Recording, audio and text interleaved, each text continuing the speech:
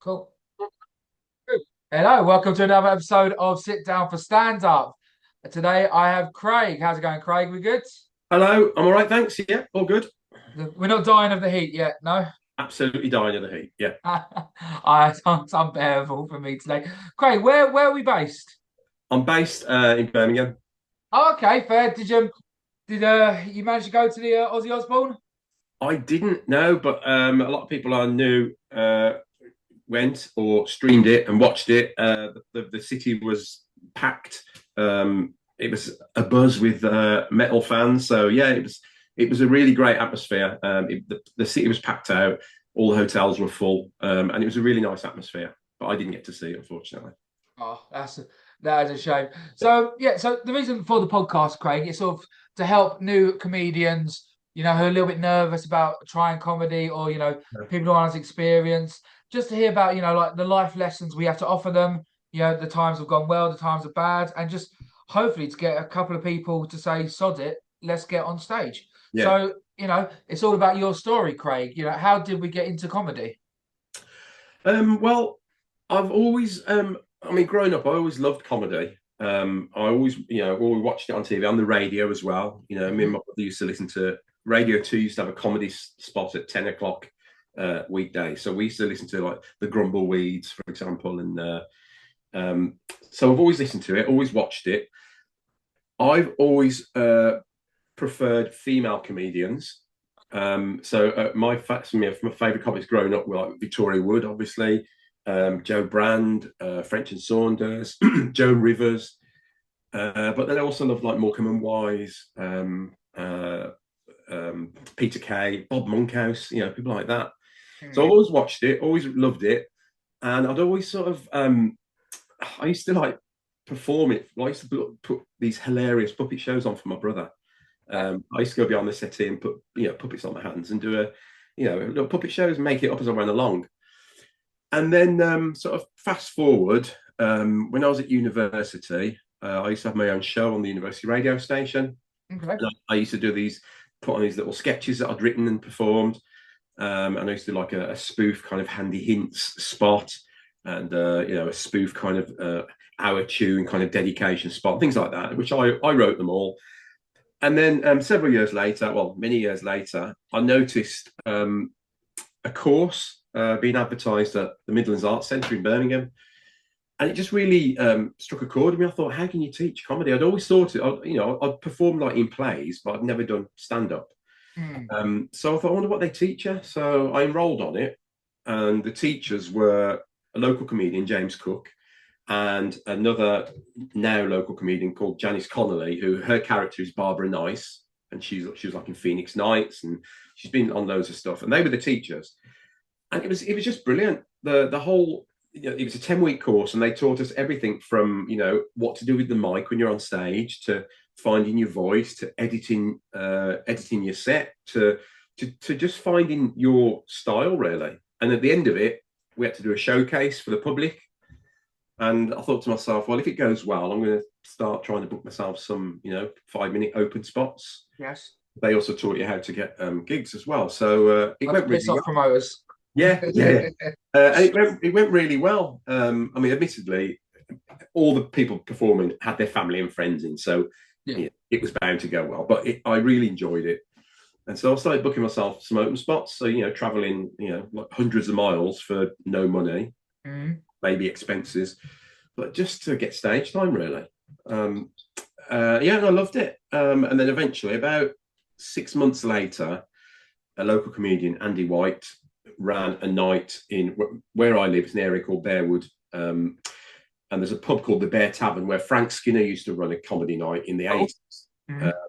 and then he stopped running it, sort of late 80s. And then Andy White took it over in the 90s. And Andy said to me, if you can get 20 minutes together, I'll give you a paid spot. So my first paid spot was at the Bear Tavern in Bearwood, which actually I live on that road now, ironically. At Um, home. yeah, and so I did it, and so that was 2004. So I was on. The closing act was Jason Manford, so that's how Oh. it was. And yeah, I just loved it. So just sort of took off from there, really. Okay. And how would you say comedy sort of progressed since then? In general, You know, Oh yeah, like in general, the circuit, how many comedians there are now, the massive influence social media now has with I mean, comics. yeah. So in the old days, you used to be able to get gigs from a website called Chortle. Mm. And Chortle was like a big notice board for comedians across the country, and there was a gig forum, if you like, and you just go on there, check who was looking for gigs, message them, and I'm not saying it was easy to get gigs, but it was, it was, we got a lot of gigs from this Chortle forum. But then obviously Facebook came into being, and people, social media videos, people would video themselves, and that led to TikTok. So obviously the face of comedy now has changed. It's more like, it's not so much of an apprenticeship, if you like, anymore. People can just go on TikTok, get loads of followers, and suddenly they become stand-ups. Which I'm not knocking it. It's great for them if that works for them. That's amazing, and it does work for a lot of people. So it's changed in that way.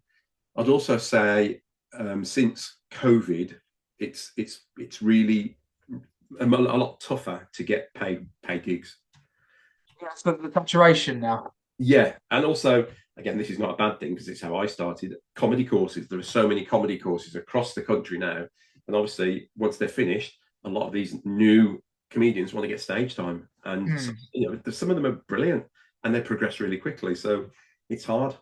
Okay, would you advise going into a comedy course then to start out, or would you advise just jump straight in the deep end, get an open mic spot? I'm really glad I did the course because I didn't know, what to. I didn't know how to write. I didn't know how to structure jokes before. I used to write, I thought, funny things, but I didn't know just. I needed help with the structure. I needed help with how do you get gigs. What is my style? So it's things like that I recommend doing a course for. Some people don't. Some people just get, they're at a pub, their mates say, "You're funny, get up and do a bit," and they do, and they're brilliant. That works for them. Personally, I'd recommend doing a course. Okay, I was the opposite. I wrote some bits down. I emailed the Comedy Store in London at Yeah. 5 p.m. and then they got back to me at 6 p.m. saying we had a couple of dropouts tonight. Oh wow. Come do the Gong Show in front of 300 people. Oh God. And, I lasted about a minute 24, but then that's when I decided, you know what, I'm going to get back into this. So, what was it after your first set that you sort of said, "This is for me"? It was all the hard work that you put into it. When you know that pays off, and the feeling you get, you're making this audience of people laugh, whether it's 3 people at a little open mic gig or 100 people in a room above a pub, doesn't matter. They appreciate what you're doing. That immediate feedback, and comedians are they need constant reassurance. So that instant feedback, that's what it is. I think it's the bug, it's the adrenaline, and it's that appreciation and validation. Okay, and I don't know one comedian in the world who couldn't tell me a time where it hasn't gone the way they wanted. How do you deal with a room that isn't, going the way you want it to go? There's different. It depends on what the issue is, but generally acknowledge it, and then just do your best. I've done gigs where you literally can't hear yourself speak because the audience, they're so disinterested, they're just talking amongst themselves. Yeah. But you're there. If you're being paid, you've got to do your time. So you stand there, you do your stuff. Some of them will listen. There's always like a table right at the front, and they're looking at you going, "We're listening to you." But you can acknowledge it, make a joke about it.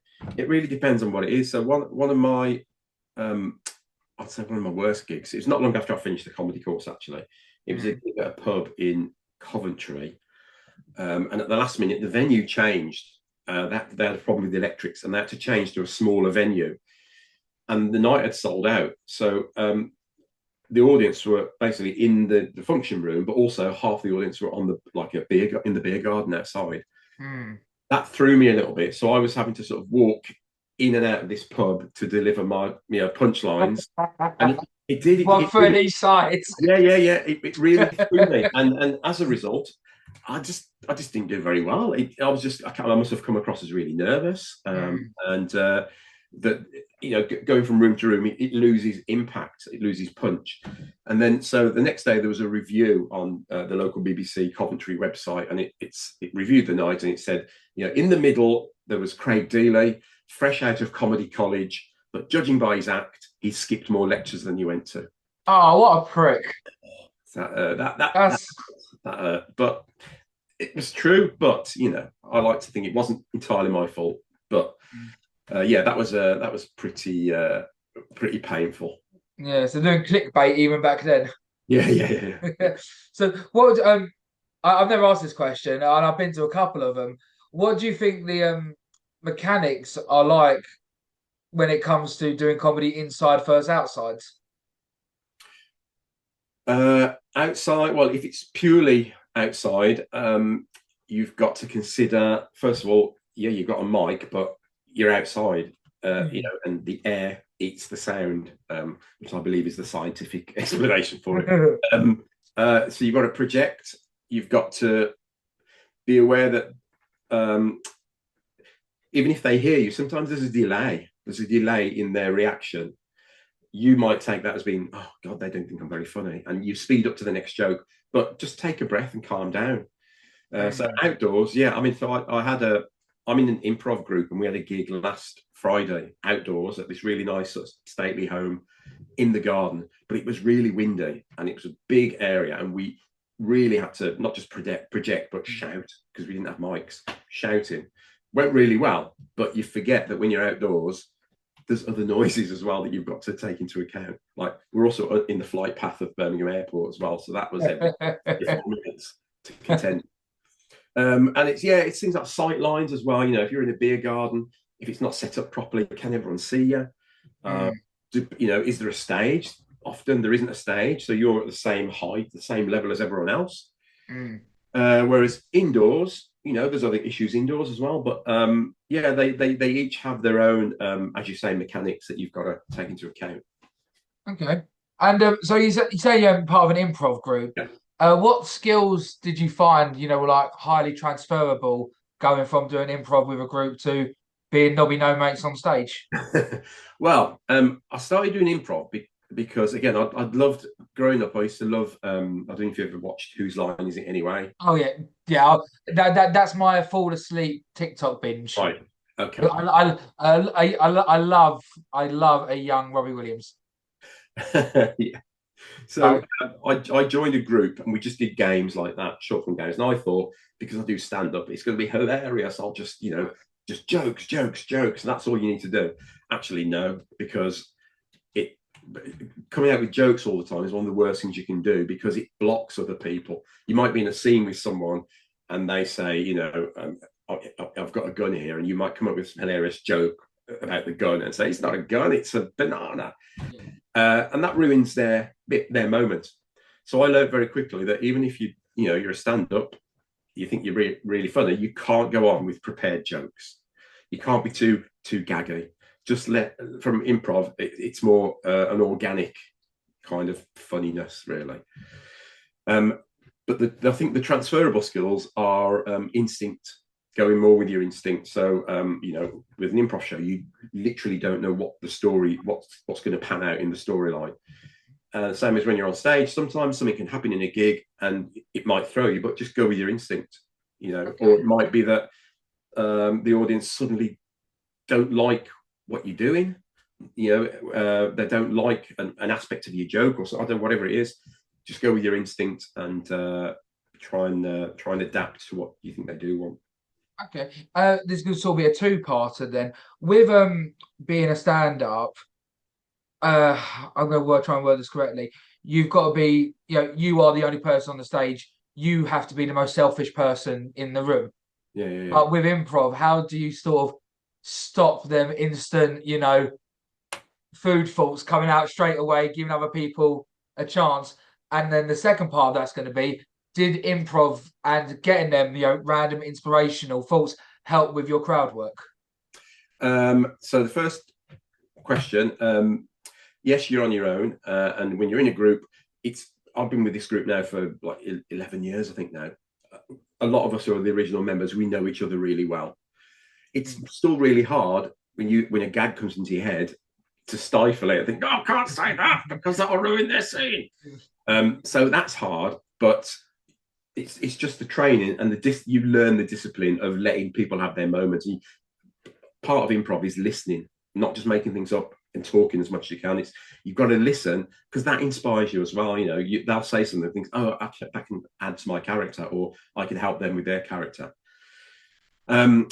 So the second question, yes, the improv helps because it's the instinct thing, and you get better at just coming up with things and feeding off things that people say. So it definitely does help. I started doing improv as well because I thought it would help when I compare. I don't compare a lot, but I thought it would help, and it did. Didn't help me write jokes, but it helped me more with confidence. And how do you go about writing your jokes? Do you just do, like the premise, punchline, or do you write everything word for word? So when I started, I used to be more kind of story based. Okay. But I'm not a natural storyteller. I've realised over the years I'm not a natural storyteller. So after a couple of years, my style changed a bit, partly thanks to social media. So Twitter, I joined Twitter and tested new jokes out on there. Okay. And that really helped, because with Twitter you were restricted to a character count, 150 characters. What it was. I've never thought about that. It's the perfection for one-liners. Yeah. So I started putting stuff on there, and then I realised actually I'm better. I thought I'm better at doing these I wouldn't say I'm a one-liner act, but my set is made up of stories that are made up of one-liner jokes, if that makes sense. So, like, people like Gary Delaney, for example, brilliant one-liner comedian. There's lots of one-liner. I don't think I'm a one-liner act, but have stories made up of very short jokes, because I feel more confident doing that. And I find that because I'm not a natural storyteller, I find it easier to remember the short jokes. And if something's not working, you can just move on to the next joke. So testing it out on like social media, I find a really useful tool. I'm still on Twitter. I'm more on Blue Sky now because of Elon Musk. People are saying about Blue Sky quite a bit, actually. Yeah. I've had a couple of people now mention it. I need to take a look at that one. Yeah, it's good. It's nicer than Twitter. I mean, Twitter used to be a great place. Because if you were a prick, you were banned. Donald Trump was banned from Twitter just for being Donald Trump. Yeah. But then since Elon Musk took it over, and he's all about the free speech. Well, I think for him, free speech means hate speech. Yeah. It turned a bit toxic. So I don't go on there as much. However, I managed to I wrote a show about my experience on Twitter, because one of the things you find on social media, whichever platform you use, is either people don't realize what you're saying is a joke. Yeah. They'll reply as such, or they'll explain your joke back to you as if you didn't realize that you're writing a joke. So I made a show. So my show is called Literally the Joke, because so many times I had to reply to people and say, yes, that's literally the joke. So it started because I posted a picture once of a ginger cat in my garden, and I put the caption was something like, oh, I love these urban foxes, or something like that. Urban foxes getting a bit cheeky on my sun lounger. And somebody replied and said, that's a cat. And I thought, yeah, I know. So I replied and said, yes, that's literally the joke. And something clicked, and I thought, maybe there's something in this. And over the years, people have replied ridiculous things to. I mean, they're not even the jokes that I play. They're not always sort of comedy gold, because you're trying things out. Some work, some don't. But the reaction you get from some people, it's like, you do know this is a joke, right? I mean, everyone's got a bio, and my bio says I do stand up and tweet stupid things. It doesn't say I'm a doctor or I'm an engineer. Then I just tweet shit. Yet you still get people that has carried on a little bit on Blue Sky. I'm also on Threads, which is the I've seen them ones version, and there's a Threads page called Threads Users Not Getting It. Similar setup. So I'm that's my show, and I wrote it just before lockdown, and then I wanted to tour it, but I couldn't, because obviously we're in lockdown. So I've sort of brought it out, and I'm trying to do smaller festivals. So I'm doing it next month. I'm doing it at a festival in Wakefield, Yep. Gag Fest, I think it's called. Yeah, so that'd be another piece of advice. Try things out on social media. Okay. I like the fact that the woman who wrote back "It's a cat." She must have felt so pious and good about Yeah, herself. yeah, Like, because they're never doing it from a sarcastic perspective. no, They're doing it from a one-up point. try and make you feel stupid. Yeah. That's a cat. As if I'm so stupid I can't see it's a ginger cat on my Yeah. you know?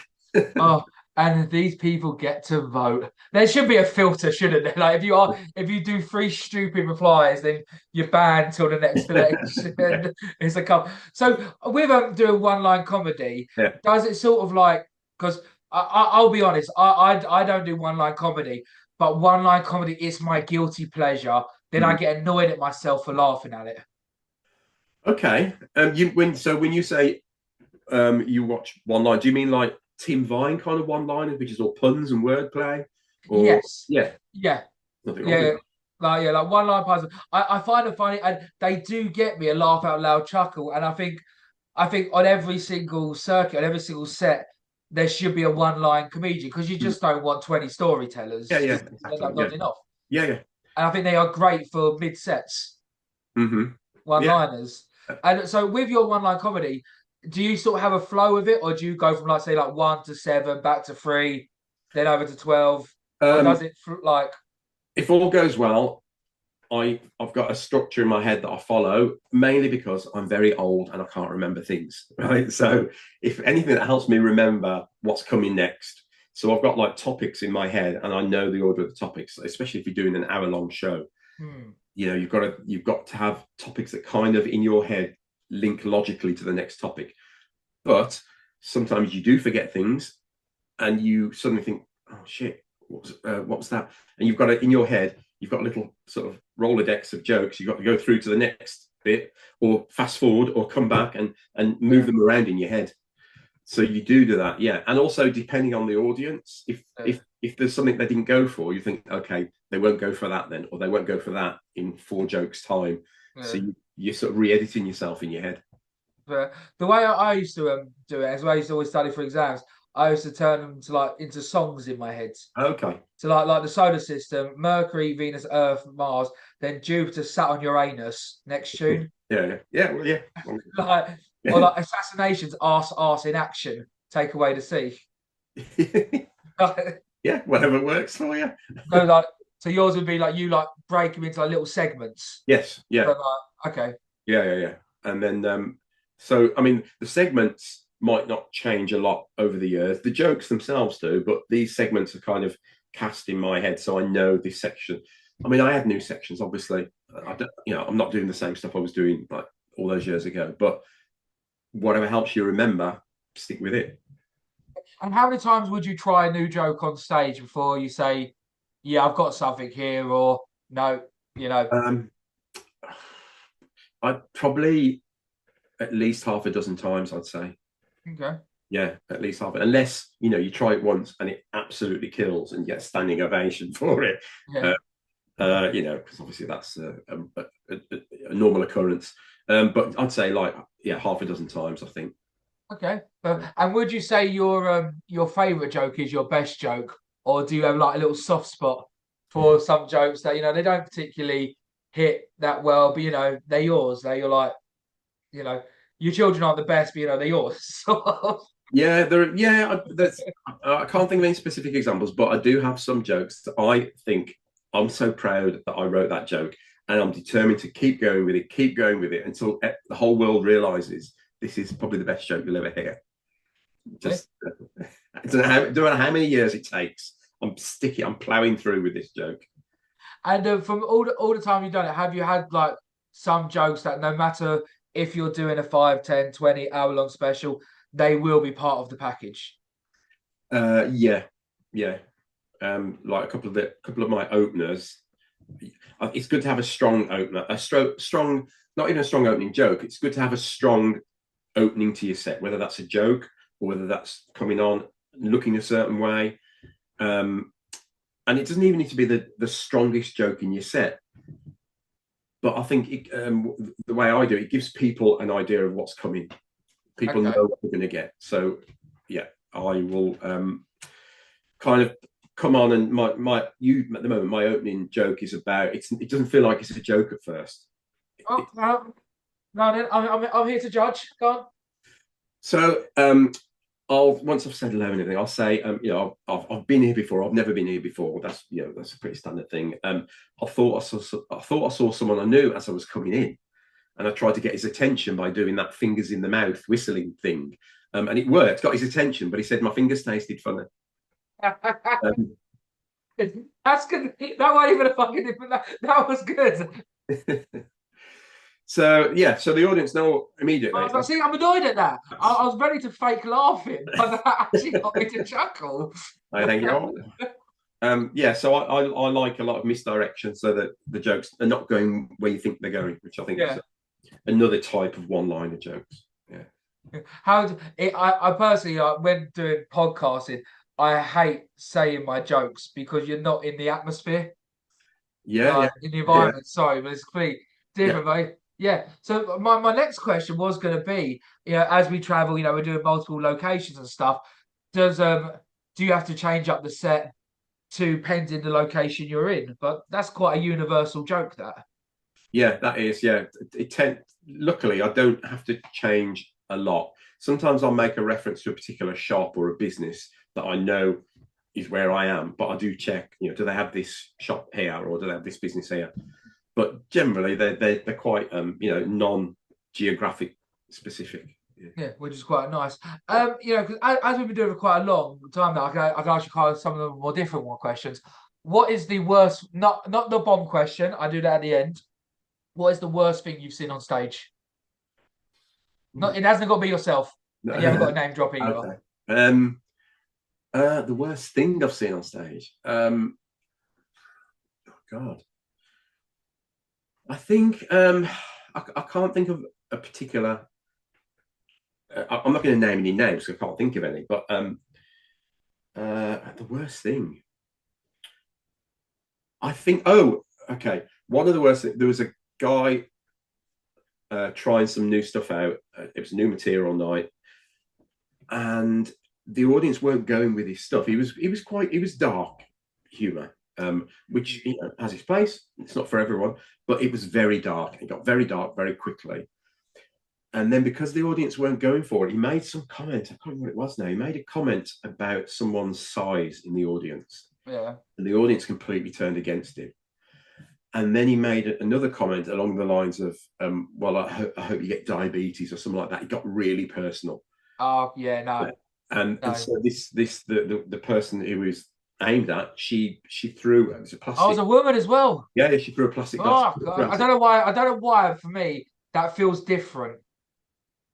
Yeah, I'm gonna go. You gun me down all you want. Like, I'm a fat guy, gun me down. But I don't know. I feel women can be a little bit not more sensitive. I don't know as well, but you just don't do it. There's etiquette.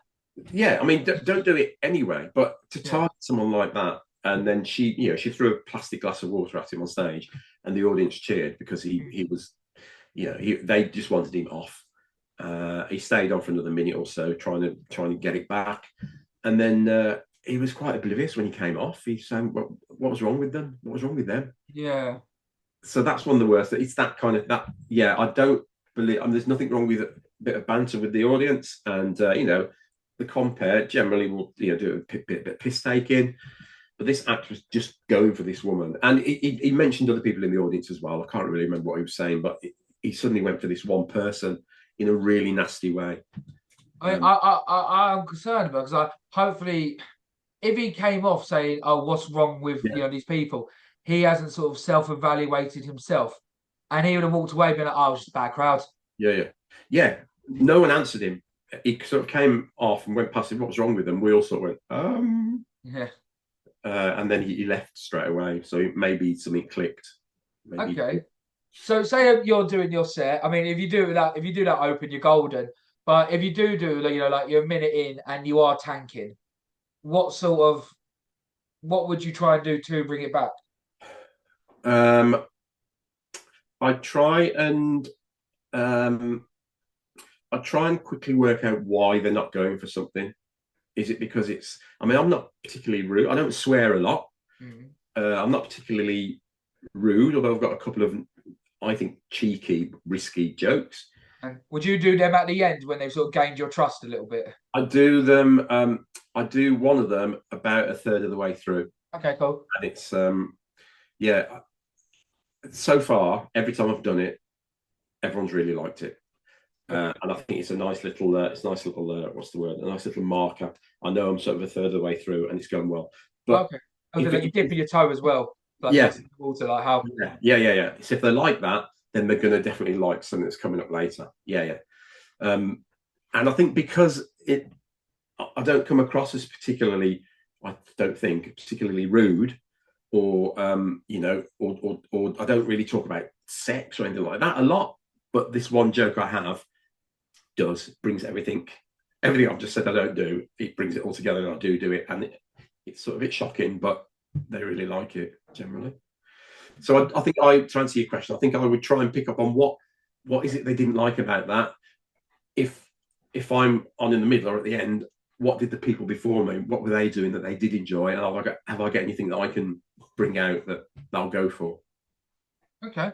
And so what advice would because you don't know dealing with the crowd, what advice would you give to people starting out when it does come to crowd work? Because that is a lot of people are really nervous about. Or what if someone says something? What if someone shouts something at me? You can just ignore it. But if it's something that the whole audience hears, then you do need to address it. You can. I mean, it's just practice. It's just you will develop your own sort of comebacks. It could be that you've used it in real life anyway. I don't know. It just depends on what it is they shout at you. But it's all about being confident. If someone shouts something at you, don't try not. It's easy to say, but try not to look as if it's really affected you. Just take it on the chin and just try and plow on. I had one on one of my first. I think it was like my fourth or fifth gig. Someone shouted something and I didn't hear it. I was like, "Oh, sorry, what was that?" And then they didn't say it again. Yeah. And I sort of felt it was probably only about 10 seconds. Yeah. But it felt, larger than 5 minutes of there standing in silence. Like I'm 3 gigs in. I've just lost where I was now. You've completely broken my flow. Yeah. And it was almost like, right, how do I get back on track?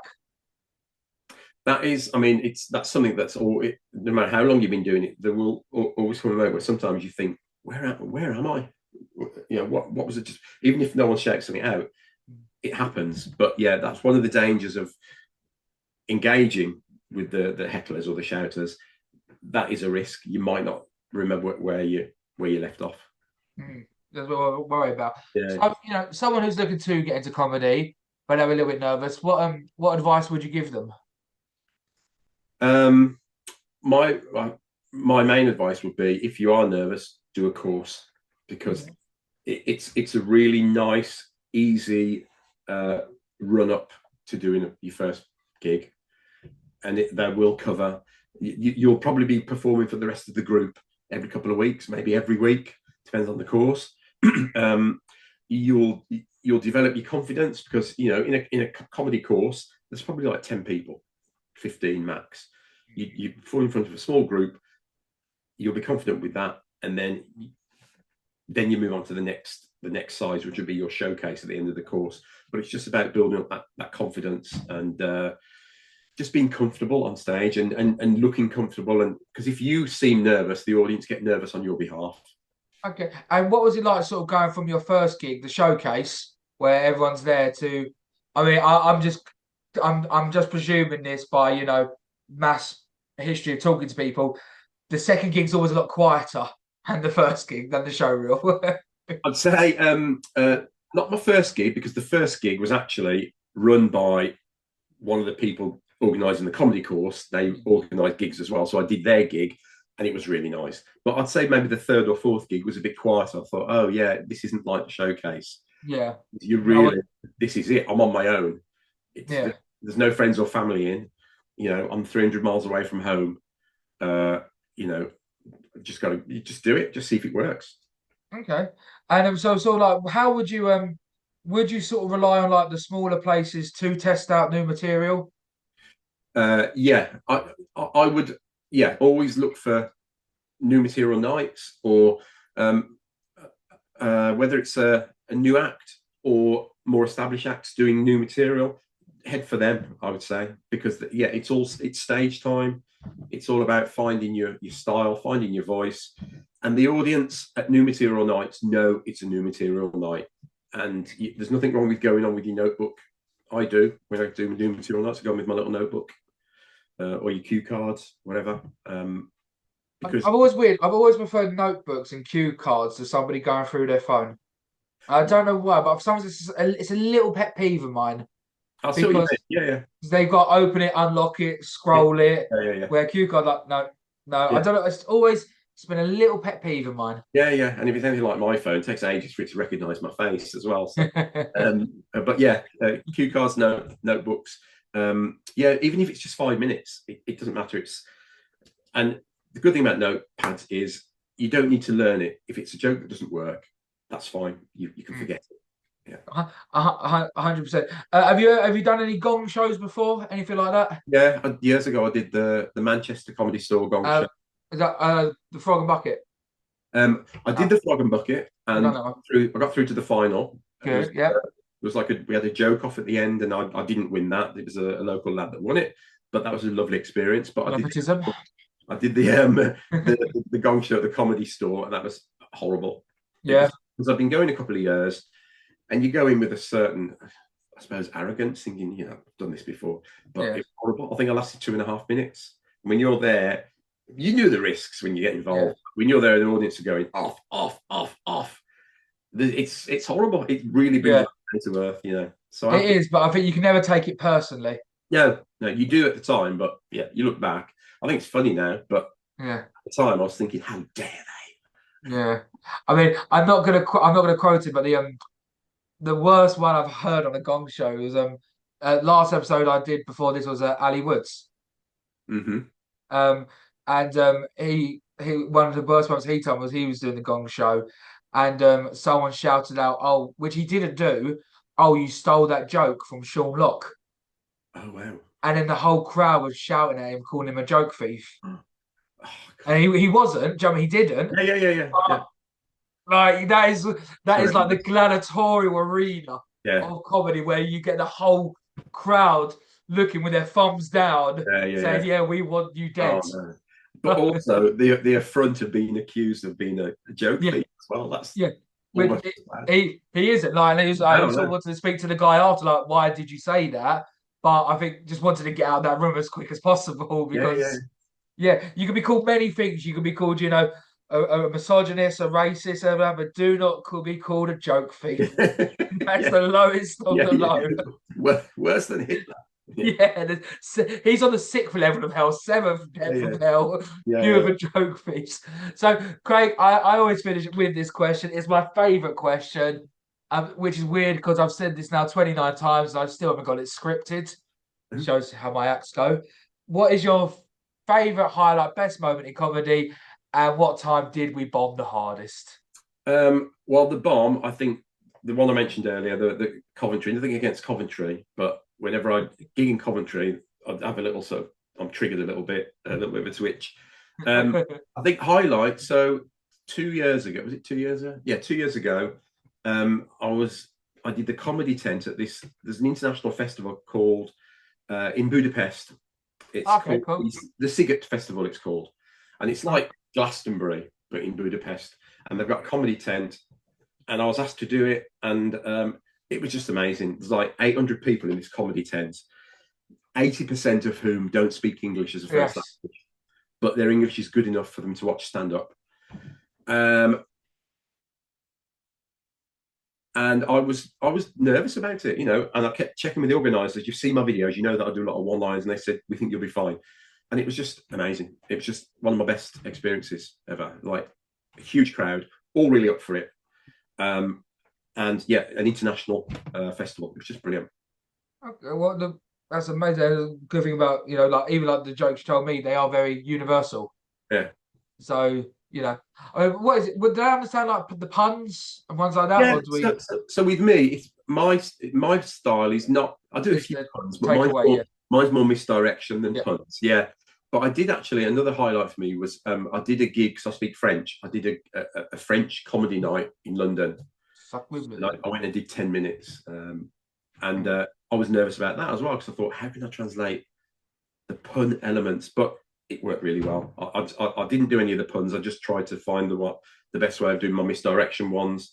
And I loved it.